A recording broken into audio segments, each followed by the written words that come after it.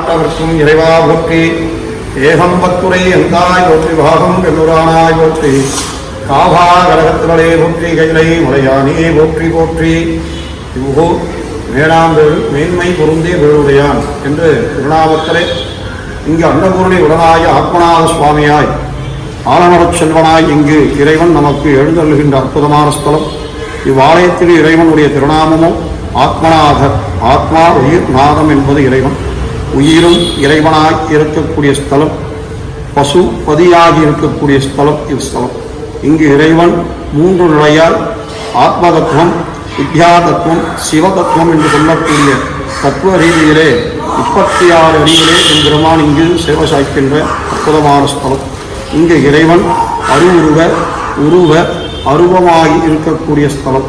இங்கு இறைவன் கோபம், யோகம், போகம் என்று சொல்லக்கூடிய 3 நிலையாக இருக்கக்கூடிய இறைவனாய் இருக்கக்கூடிய ஸ்தலம். இங்கு அம்பிகை 2 அம்பிகை, ஒன்று அன்னபூரணி உடனாய ஆத்மநாத மூர்த்தம், இரண்டாவதாக யோகாம்பிகா சரீராய திருலோக்கியநாத குருவாய் இறைவன் ஆத்மநாத சுவாமி நமக்கு அனுகிரகம் பண்ணக்கூடிய அற்புதமான ஸ்தலம் இஸ்தலம்.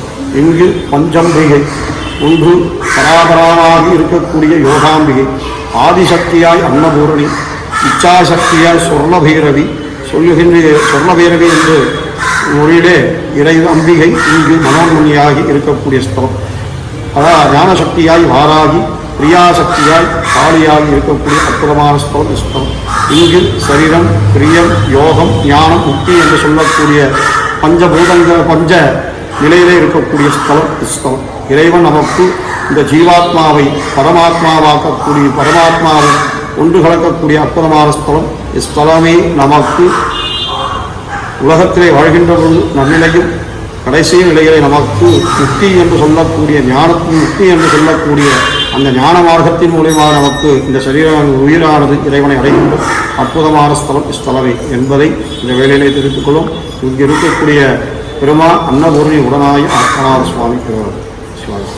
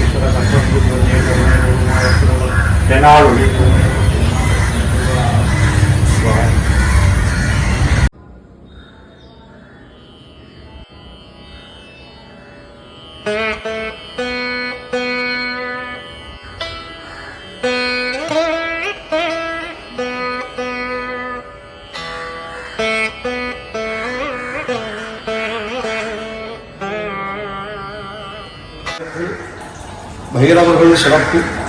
முதன்மையான பைரவராக அந்தகாசுர பைரவர் இங்கு நமக்கு அனுகிரகம் அணுகின்றார். அந்தகனை வதங்கு செய்கின்றது போல நமக்கு அஷ்ட வீராட்டனத்திலே திருக்கோவிலூர் தொடர்புடைய வீராட்டுகேஸ்வரராக அந்தகாசுர சம்ஹாரமூர்த்தமாக இங்கு இறைவன் நமக்கு அனுகிரகம் பண்ணக்கூடிய சிவபெருமானி மகாபைரவராக இருக்கின்ற திருக்கோலம். இக்கோலமே பைரவருடைய முதன்மை திருக்கோலமாக கருதப்படுகின்றது. சிவபெருமானி மகாபைரவஸ்வரூபமாய் நமக்கு எழுந்துகின்ற அற்புதமான திருவுருவம். அந்தகனை திரிசூலத்திலே குத்தி அவனை தூக்கி நிற்கின்ற அற்புதமான திருக்கோலத்திலே இடதுகாலிலே வாஸ்து புருஷனை தன்னுடைய காலாலே வெறித்து கொண்டு நமக்கு அனுகிரகம் பண்ணக்கூடிய முதன்மை வைரவராய் ஆணவத்தை அழிக்கின்ற ரூபமாய் அந்தகாசுர வைரவர் இங்கு எழுதுகின்ற அற்புதமான நிகழ்வு. வைரவர் சிறப்பானது. புண்ணிய நதிகளிலே ஸ்தானம் செய்த பலனை இந்த தீர்த்த வைரவரை செலுத்தின்ற பொழுது நம்முடைய பாவம் அகலும். இப்பேற்பட்ட இந்த பைரவரை வணங்குபவருக்கு கர்மவினை அகலும். கர்மாவுடைய நிலையிலிருந்து தாக்கத்திலிருந்து நாம் விடுபடுவதற்கு இந்த அற்புதமான தீர்த்த பைரவரை சேவிக்கின்ற வண்ணம் அவர் அருகாமையிலே சித்திரகுப்தன் யமதர்மராஜன் என்று சொல்லக்கூடிய இந்த காலனுக்கு காலதேவரையும் சித்திரகுப்த பாவபுண்ணியத்தினுடைய கணக்கை எழுதுகின்ற அற்புதமான அந்த சித்திரகுப்தனுடைய ரூபத்தை செவிக்கின்றோம். இதனால் நாம் செய்த வினைகளெல்லாம் அழிக்கப்பட்டு நம்முடைய வாழ்விலே யமபயம் நீக்கி நமக்கு நம்முடைய ஆன்மா நற்கதி அடைவதற்கு இந்த பைரவர் நமக்கு உறுதுணையாக இருக்கக்கூடிய அற்புதமான நிகழ்வு. இங்கு தீர்த்த பைரவர் கர்மவினையை போக்குமல்லும் அவராக இங்கு நமக்கு அருள்பாலிக்கின்ற ஒரு அற்புத ஸ்தலம். காலனைக்கு காலனாக இருக்கக்கூடிய பைரவ பெருமான் காலனை அடக்கி ஆளக்கூடிய ஸ்தலம். இங்கு நம்முடைய ஜென்மாந்திர பாவங்களை நீக்கக்கூடியவனாகவும் இங்கு சித்திரகுப்தனை தன்னுடைய வலது பக்கத்தில் வைத்துக் கொண்டு அவர் வரக்கூடிய அடியார்களுடைய பாவத்தினுடைய நிலையை குறைக்கக்கூடிய அற்புதமான வைரவராய் தீர்த்த வைரவராய் இங்கு எழுந்துகின்ற ஒரு மூர்த்தமாக விளங்குகின்றார். மூன்றாவதாக திரிகால வடுகர் என்று சொல்லக்கூடிய வடுகநாதனாக இருக்கக்கூடியவன். திரிகால வடுகன் என்ற சொல்லுக்கு வடுகன் திருக்காலம் என்பது 3 காலம், நிகழ்காலம், எதிர்காலம், சென்ற காலம் என்று சொல்லக்கூடிய 3 காலங்கள். நாம் எத்தனை ஜென்மம் பிறந்தோமோ அத்தனை ஜென்மத்தினுடைய நிலையும் இந்த ஜென்மத்தினுடைய நிலையும் வருகின்ற எத்தனை ஜென்மம் பிறக்கின்றோமோ அத்தனை ஜென்மத்தினுடைய நிலையும் நமக்கு அந்த நிலையை போக்க வல்லவன் திருகால வடுகநாத பெருமான். இவன் மாயையை நீத்தவன். பெருமான் பிரகிருத்தியமாயி பிரகிருத்தியமாயி அசுத்தமாயி சுத்தமாயி என்று சொல்லக்கூடிய மாயைகளை நீத்து நம் ஆன்மாவை இறையறியை செல்வதற்கு அற்புதமான காலமூர்த்தமாய் இருக்கக்கூடிய அற்புதமான மூர்த்தம் திருகால வடுகநாத மூர்த்தம் என்று சொல்லுவார்கள். இப்பேற்பட்ட வடுகர் என்றால் இளம் தோற்றம் உடையவன். அப்பேற்பட்ட இளம் தோற்றம் உடையவனாய் அஷ்ட புஜங்களோடு பாசுபதாஸ்திரங்கள் என்று சொல்லக்கூடிய வில்லையே அம்பை வைத்துக் கொண்டு நமக்கு அற்புதமான திருக்கோலத்திலே இங்கு திருக்கால வடுகனாக மாயையை நீக்கக்கூடியவனாக விளங்கக்கூடிய பெருமானாய் விளங்குகின்ற இந்த திருக்கால வடுகனை சேவிப்பவருக்கு காலம் வசபுறம், காலத்தினுடைய தோஷங்கள் நிவர்த்தியாகும். காலத்தினால் நமக்கு ஏற்படக்கூடிய அனைத்து விதமான எண்ணங்களை போக்க வல்லது இப்பேற்பட்ட பெருமானாய் இங்கு இருக்கக்கூடிய திருகால வடுகநாதன். ஆணவம், கர்மம், மாயை என்ற 3 மலங்களை நாம் இந்த ஆன்மாவிலிருந்து விடுபட்டு நமக்கு யோகம் என்று சொல்லக்கூடிய அற்புத நிலையை தந்தருளக்கூடிய யோக பைரவராய் இங்கு 4வது பைரவராய் நமக்கு அனுக்கிரகம் பண்ணக்கூடிய அற்புத ரூபம் இந்த ரூபமே. இங்கு பைரவர் இங்கு தன்னிலையை உணர்த்தக்கூடியவனாய் நம் பிறவினுடைய நிலையை உணர்வக்கூடியவனாய் இந்த ஆன்மாவை நாம் சிந்திக்கக்கூடிய நிலையாய் இந்த பெருமான் இங்கு யோக பைரவராய் கையிலே வலது கையிலே சிவத்தை லிங்கம வானத்தை வைத்துக் கொண்டு நம் இடது கையை தொடை மேலே யோகாசன யோக பீடத்திலே பெருமான் எழுந்துகின்ற அற்புதமான யோக வைரவ மூர்த்தமாய் இங்கு இருக்கக்கூடிய இந்த வைரவர் 9 நவகிரகங்களும் தன்னுடைய அங்கங்களிலே வைத்துக் கொண்டு இவனே அனைத்து 9 நவகிரகத்திற்கும் ஆதாரணமாகி குருவாய் விளங்கக்கூடிய அற்புதமான மூர்த்தமாய் இங்கு விளங்குகின்றான். இந்த வைரவரை சேவிக்கின்றவருக்கு நவகிரக தோஷங்கள், நவகிரகத்தினால் ஏற்படக்கூடிய உபாதைகள், அனைத்து விதமான இன்னல்கள் போக்கி தன் உயிர் தன்னை விரும்பி தன்னிலையை உணரக்கூடிய அற்புதமான நிலையிலே இந்த பெருமான் நமக்கு அனுக்கிரகம் செய்கின்றார். இந்த பெருமானை சேவிப்பவருக்கு அனைத்து இன்னல்கள், துன்பங்கள், வில்லி, சூன்யம், ஏவல் போன்ற துஷ்டத்தினால் ஏற்படக்கூடிய அனைத்து விதமான இன்னல்களையும் போக்க வல்லது. எப்பேற்பட்ட வழக்குகள் இருந்தாலும் அத்தனை வழக்குகளையும் ஒழிக்கக்கூடிய நிலையை தரவல்லது.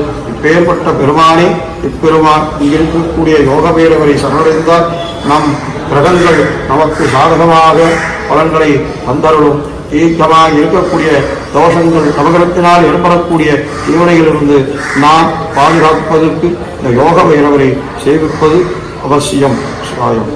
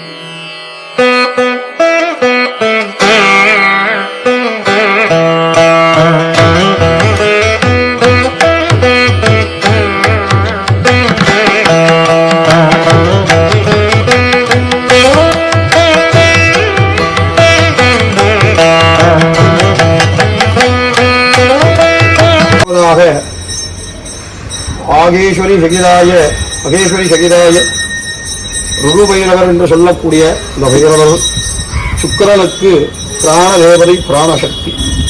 சுக்கிரனை இயக்கக்கூடிய நாயகனாக, சுக்கிரனுக்கு பிராண தேவதையாக, பிராணசக்தியாக விளங்குகின்ற இந்த மூர்த்தத்தை யார் ஒருவர் ஜெபிக்கிறானோ அவன் சுக்கிரனுடைய தோஷத்திலிருந்து விடுபடவும், சுக்கிரனுடைய அதிவிதமான பலன்களிலே இவனுடைய கலாட்சகத்தினால் நாம் மேன்மையடையவும், கலத்திரஸ்தானம் பலவிதமான நிலையிலிருந்து விடுபடவும் இந்த வழிபாடு, இந்த பைரவர் வழிபட்டால் சுக்கிரனால் நாம் மேன்மையடைய, சுக்கிர கலத்தினால் நாம் மேன்மையடைவதற்கு இந்த பைரவர் தான் ஆதாரமான நிலையை கொடுக்கக்கூடியவர். அதற்கு அந்த சுக்கிரனுக்கு இவனையே பிராணசக்தி, பிராணதேவதை, இவன்தான் அந்த சுக்கிரனை இயக்கக்கூடியவன். அதனாலே மூலமாகி இருக்கக்கூடிய அந்த தேவதையை நாம் வணங்கினால் சுக்கிரனுடைய பரிபூர்ண அனுகிரகமாக நமக்கு நிறைந்திருக்கும். அதேபோல அவனால் ஏற்படக்கூடிய, சுக்கிரனால் ஏற்படக்கூடிய தோஷத்திலிருந்து விடுபடுவதற்கு மூலத்தை நாம் சேவிப்பதனாலே அந்த தீய பலனிலிருந்து விடுபடவும் அந்த நிலையை நமக்கு உணர்த்தக்கூடிய அற்புதமான ஸ்தலம் மகேஸ்வரி சகிதாய ருரு பைரவர் என்று சொல்லக்கூடியது. இது சுவாமி ருத்ரபெருமானுடைய, ருத்ரனுடைய அம்சத்தை கொண்டவர். கையிலே மான்மழு ஏந்து கொண்டு கபாலத்தையும் கத்தியும் ஏந்து கொண்டு ரிஷப வாகனத்திலே இருக்கக்கூடிய அற்புதமான ருரு பைரவரை நாம் சேவிக்க வேண்டும். நமக்கு சுக்கிரனால் சுகபோகங்கள் நமக்கு கிடைக்கும். சுக்கிரனாலே நமக்கு அனைத்து விதமான சந்தோஷங்கள் ஏற்படுகின்றது. சுக்கிரனால் ஏற்படக்கூடிய பலவிதமான கலத்திர தோஷம், சர்வதோஷங்கள் இருந்து விடுபட இந்த பைரவரை சேவித்தால் நமக்கு நன்னிலை ஏற்படும். வெள்ளிக்கிழமை தோறும் இந்த பெருமானை வழிபடுவோம். சுக்கிர ஓரையிலே இந்த பெருமானை வழிபட்டால் நமக்கு நன்மை ஏற்படும். இதுவே நம்மளுடைய நிலை. இந்த பெருமானை எல்லோரும் சேவித்து, வெள்ளிக்கிழமையிலே சேவித்து இந்த பெருமானுடைய பரிபூர்ண கிருபையை பெற்றால் நாம் வாழ்வில் மேன்மை அடையலாம்.